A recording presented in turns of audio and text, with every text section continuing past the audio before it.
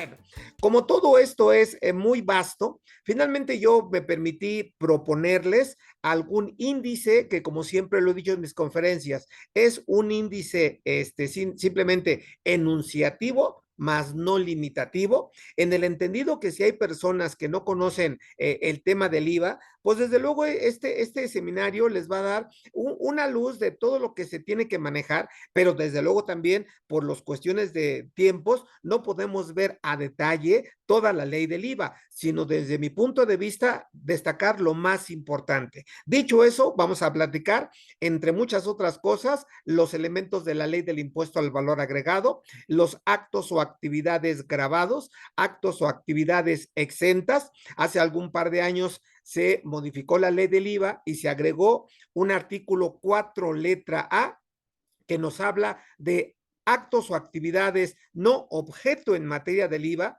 Y aquí quiero hacer un primer comentario, creo que de interés para muchos. Cuando ustedes manejen actividades exentas y actividades no objeto, entiéndase que si no identifican los gastos, las compras, las inversiones, tienen que sacar una proporción del IVA y ese IVA se va a acreditar de manera proporcional, dando por entendido que lo que estamos comprando reúne requisitos fiscales en materia de impuestos sobre la renta, que esa es la condición. Por lo tanto, si me permiten un comentario también interesante, yo no puedo manejar el IVA, yo no puedo entender el IVA si no conozco a detalle las deducciones en materia de impuestos sobre la renta, artículo 25, y desde luego lo más trascendente, los requisitos de las deducciones. Que dicho sea de paso, los requisitos de las deducciones pueden ser de manera general o de manera particular, y esa es una de las condiciones que establece la ley del IVA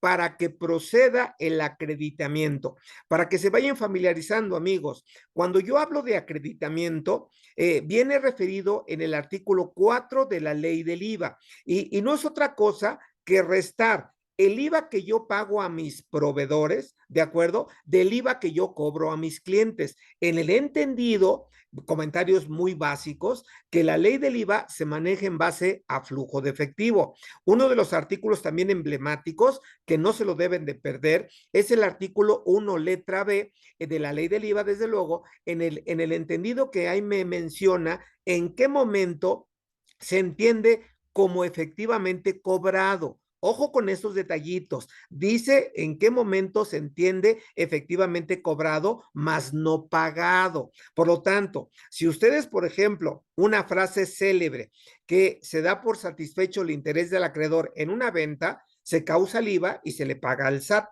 Pero, por ejemplo, si no hay flujo de efectivo en materia de sus proveedores, la autoridad y desde luego la misma Suprema Corte de Justicia de la Nación ha emitido algunos criterios que si no hay flujo de efectiva, ese IVA de mis proveedores no se puede acreditar. Y voy a hacer mucho énfasis, si me permiten el comentario, en materia, por ejemplo, de los requisitos para que yo pueda acreditar el IVA, porque es uno de los puntos o uno de los eslabones que establece como requisito la DIOT para que el IVA sea acreditable. Y algo también bien importante, por eso también hablaré entre muchos temas más de la postura del SAT respecto a lo que hoy conocemos como plan maestro, en donde lamentablemente, y lo digo de manera muy transparente, muchos contribuyentes han abusado del acreditamiento y desde luego pagan muy poquito impuesto al valor agregado.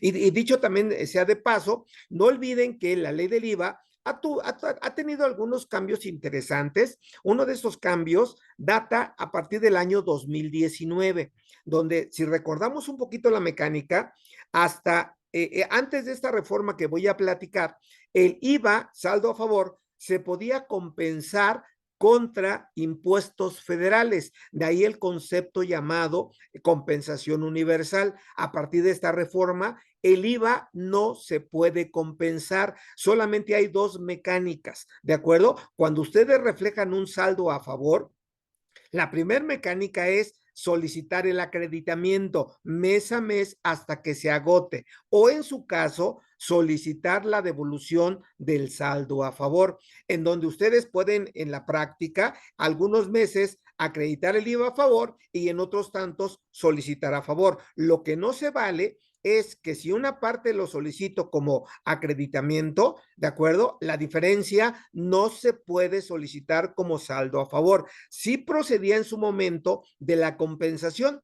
donde había una precisión que decía, si una parte del IVA lo compensas, la diferencia puede seguirlo compensando o en su caso solicitar el saldo a favor. Hoy ya no. Entonces, esto que estoy diciendo, para que se vayan familiarizando, viene en el artículo 6 de la ley del impuesto al valor agregado. Bien, seguimos. Es importante también conocer que en muchos casos proceden las retenciones. Y hablo, por ejemplo, cuando se presta un servicio personal independiente versus honorarios, cuando se renta un bien, ¿de acuerdo? Hay una retención, tanto en honorarios como en arrendamiento, de las 2/3 partes del IVA. Estoy citando el artículo 3 del reglamento de la ley del IVA. Sin embargo, también hay que tener mucho cuidado porque si no tenemos el conocimiento exacto de la ley del IVA, pues podemos pagar una retención que no nos aplique o podemos dejar de pagar una retención que sí nos aplique. Aquí voy a hacer un par de comentarios interesantes. Primer comentario, vean, aguántenme tantito si es que tienen dudas, aguántenme, estamos empezando, que vamos a dar espacios para preguntas con mucho gusto, y atendemos sus inquietudes. Bueno, entonces, y estaba diciendo, vean, que tener mucho cuidado con las retenciones de IVA, ya puse dos ejemplos, porque en la práctica se malentiende un concepto.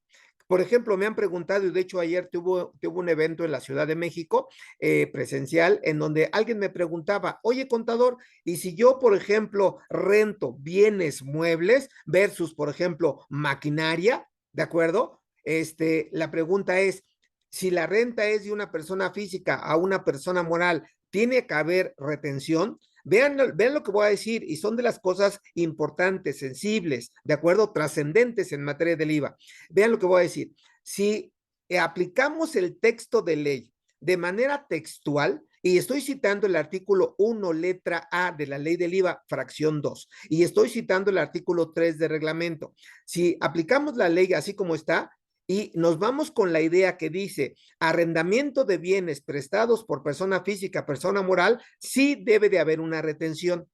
Pero sin embargo, que ya lo veremos un poquito más adelante, la ley del IVA es demasiado conceptual. Y a diferencia de la ley del impuesto sobre la renta, ¿de acuerdo? No podemos establecer la famosa trilogía o hipótesis que dice, si en renta tú lo acumulas, yo lo deduzco. Principio de simetría fiscal. En IVA no se puede dar en todos los casos ese principio.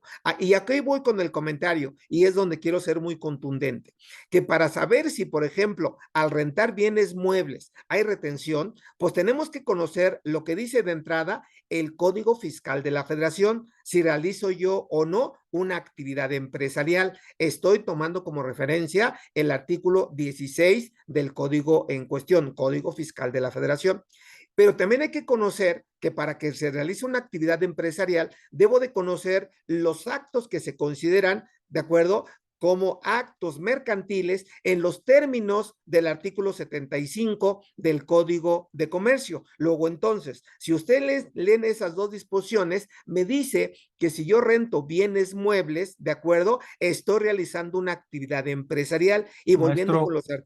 Mande. perdón la interrupción. Están preguntando si ya avanzó en la diapositiva y sigue en el índice. No, no estoy en el Ah, índice, sí, nada más estoy ¿verdad? dando una Perfecto. introducción, Carlos. Perfecto. Disculpe. No te Adelante. preocupes. No se preocupen, amigos. O sea, quiero ser muy enfático. Estoy dando un contexto general precisamente para que tengan una película completa y estoy simplemente haciendo algunas acotaciones derivadas de lo que es precisamente el índice y me quedé en el tema, por ejemplo, de retenciones. Entonces concluyo el comentario.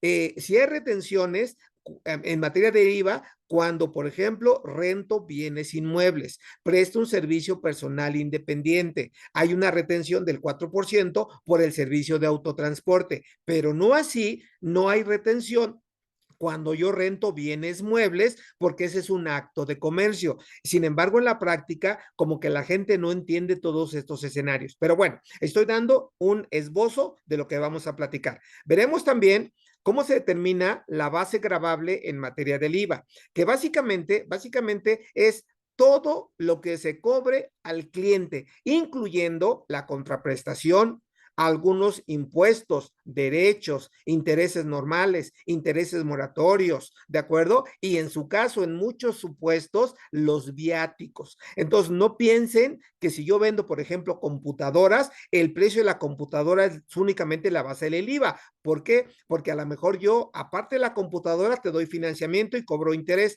Entonces, el precio de venta más el interés, base del IVA, ¿de acuerdo? Entonces, a lo mejor también te doy financiamiento y no me pagas en tiempo y forma, te cobro interés moratorio, también es base del IVA. ¿Sí me explicó? Entonces, no se queden con la idea que solamente la contraprestación o el precio de venta es base en materia del IVA. Ya lo veremos en cada uno de los supuestos. Ven, también veremos de manera puntual qué es lo que da nacimiento a la famosa DIOT, precisamente los requisitos del IVA acreditable. Para ver requisitos, algo que se deben de llevar como idea de este seminario es precisamente el artículo 5, que son muchos supuestos, desde luego de la ley del IVA, en donde ahí vienen los requisitos de manera puntual que debo de cumplir. Y el requisito general que ya lo esbozaba es que para que yo acredite el IVA, tiene que ser deducible lo que yo estoy comprando en materia de impuestos sobre la renta. Entonces lo vamos a ver con mucho detalle porque eso es lo que me permite la DIOT. De lo contrario, si no tengo todo bien perfectamente establecido y hablo de la contabilidad, hablo de la DIOT, hablo de mis declaraciones, hablo de los estados de cuenta bancarios, hablo de los FDIs, pues la autoridad atendiendo a lo que es hoy precisamente la tecnología digital, ¿de acuerdo? El robot digital, pues va a marcar diferencias y eso es lo que no queremos. Bien, veremos también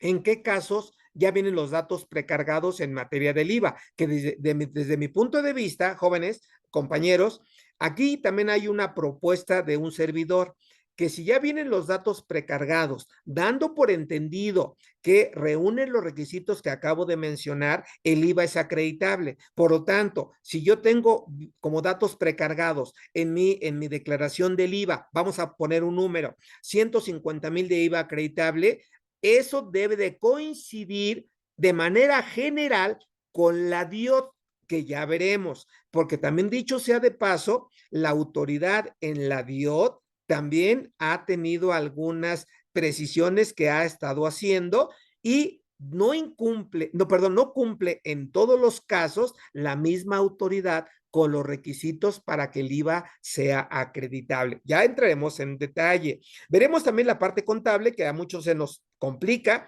espero que no sea el caso para ustedes, ¿de acuerdo? De todos los IVAs que estemos manejando. Veremos la famosa nueva DIOT, obviamente con las partes más sensibles, información que solicita el aplicativo, en qué casos el IVA se acredita al 100%, en qué casos el IVA se acredita de manera parcial y en qué casos no se puede acreditar el IVA. Vean que estoy manejando tres escenarios, ¿eh? Y eso, insisto, debe de coincidir con lo que ustedes tengan reflejado en la parte contable, en las declaraciones y desde luego en la DIOT. ¿Queda claro? Y veremos también el efecto, que también es uno de los pilares de este seminario, cuál es la importancia de los famosos comprobantes fiscales digitales por internet. Entonces, es un poquito a grosso modo lo que vamos a platicar. Desde luego, la bibliografía que aquí aparece a cuadro es la ley del IVA, el reglamento del IVA, Código Fiscal de la Federación como aplicación supletoria, Resolución Miscelánea 2025, no vamos a ver desde luego todas las reglas, criterios no vinculativos del SAT, en particular dos criterios, amigos. Primer criterio, que si no acreditan que efectivamente están recibiendo un servicio, ya sea nacional o extranjero, ¿de acuerdo? ese gasto como tal no produce efectos fiscales, es decir, tienen que acreditar la materialidad. Y si no es deducible para renta, el IVA se pierde. Y hay una situación bien importante y también son de las cosas que deben de tener mucho cuidado. Cuando yo dije, y me regreso un comentario, cuando yo dije que si tienen actos grabados y actos exentos, el IVA se acredita de manera proporcional como regla general. O cuando tienen actos grabados o y actos no objeto, también se acredita, ¿de acuerdo? Una parte proporcional. Y la diferencia del IVA que no se acredita se manda al gasto y el gasto es deducible. Sin embargo, si yo tengo un CFDI, que el CFDI no reúne requisitos fiscales, por poner un ejemplo, el gasto no es deducible y el IVA tampoco se deduce y tampoco se acredita y ese IVA se manda como gastos no deducibles. Vean la gran diferencia. Y es importante el comentario porque la gente en la práctica está haciendo barbaridades en materia del IVA. Y a propósito de barbaridades, alguien me llama y me dice una consulta, contador, soy una escuela, para que tengan el panorama. Y esa escuela tiene el reconocimiento de la SEP, el famoso REBOE, ¿de acuerdo? Por lo tanto, al ser una escuela con REBOE, en materia del IVA, obviamente las colegiaturas que se le cobran a los estudiantes es un ingreso exento para efectos del IVA, con esas características. Y al ser exento, el IVA que pagan, por ejemplo, de los servicios que reciben, el contador, el abogado, el ingeniero, el arquitecto, la luz, la compra de computadora, etcétera, ese IVA no se puede acreditar porque los ingresos son exentos. Entonces, en ese orden de ideas, la escuela, el IVA que paga el proveedor, se lo lleva al gasto y el gasto es deducible. Ahora, ¿por qué menciono el comentario? Porque esa escuela que me pregunta, me dice, que cómo podía solicitar la devolución del IVA, que tenía una cantidad poquito más de 6 millones de pesos, porque su contadora anterior reflejó todos los IVAs pagados a proveedores como IVA acreditable saldo a favor. Y eso, amigos, no puede ser. No puede ser, porque si yo tengo únicamente actividades exentas o únicamente actividades no objeto y pago IVA, el IVA no se acredita y el IVA se manda al gasto y el gasto es deducible. El fundamento de lo que estoy diciendo viene en el artículo 28, fracción 15 de la ley del impuesto sobre la renta. De ahí la importancia de manejar la bibliografía de manera correcta y tenemos que ir correlacionando las diferentes leyes para efectos de entender perfectamente el IVA. ¿Qué vamos a platicar también? Veremos.